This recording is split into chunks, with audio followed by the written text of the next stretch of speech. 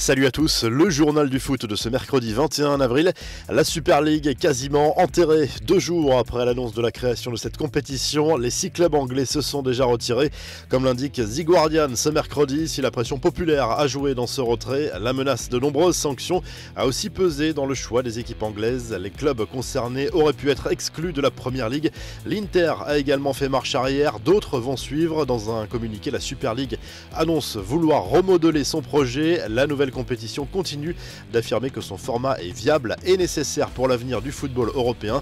L'UEFA, elle, se frotte les mains après ce fiasco. L'instance européenne se réjouit du retour dans le rang des dissidents et lance un appel à l'unité. L'UEFA travaille avec un fonds d'investissement britannique pour proposer une nouvelle Ligue des Champions. Cette nouvelle formule pourrait proposer un budget de départ avoisinant les 4,5 milliards d'euros et pourrait aller jusqu'à 7 milliards d'euros à terme. Les infos et rumeurs du mercato, la petite phrase de Nasser El Khelaifi sur l'avenir de Kylian Mbappé. Interrogé par un journaliste de l'émission espagnole El Chiringuito, le président du PSG a laissé entendre ce mardi que le champion du monde allait poursuivre son aventure dans la capitale française. Oui, c'est sûr, a simplement lâché le président parisien en s'engouffrant dans une voiture.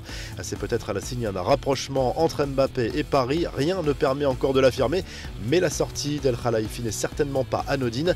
Selon TIC Sport, cette fois, Sergio Agüero serait très proche de s'engager avec le Barça. Les négociations ont sérieusement avancé ces derniers jours sur la base d'un contrat de 2 ans. Et du côté du Real Madrid, David Alaba devrait bien rejoindre le club merengue en fin de contrat en juin. Le défenseur autrichien avait annoncé son départ du Bayern Munich il y a quelques semaines. Alaba devrait signer un contrat de 5 ans en faveur du Real Madrid selon la chaîne Sky. Les infos en bref, les Bleuets sont fixés. Le tirage au sort du tournoi olympique s'est déroulé ce mercredi. Les Français sont tombés dans le groupe A, celui du Japon, du Mexique et de l'Afrique du Sud. À la suite des quarts de finale de la Coupe de France ce mercredi, PSG Angers à 18h45, Lyon-Monaco à 21h10. Mardi soir, Rumi-Vallière, club de National 2, a créé la sensation en éliminant Toulouse. Montpellier a souffert face à Canet-en-Roussillon mais se qualifie pour le dernier carré. Direction l'Allemagne à présent avec la descente de Schalke 04 en 2e division. Cette fois c'est officiel. Cela a provoqué des incidents entre policiers et supporters en grande difficulté toute la saison.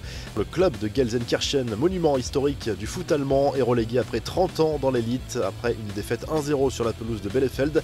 Une relégation fêtée par les fans du Borussia Dortmund, grand rival de Schalke 04. Les supporters du BVB ont fêté ce résultat avec un immense feu d'artifice. Le Bayern Munich est quasiment champion après sa victoire 2-0 contre Leverkusen. Leipzig a perdu à Cologne. Le club bavarois a de grandes chances d'être sacré dès ce week-end. La revue de presse, le journal L'Équipe a fait sa une avec l'exploit de Rumi-Vallière. Avec ce titre, c'est ça le football. Un petit tacle à la Super League au passage.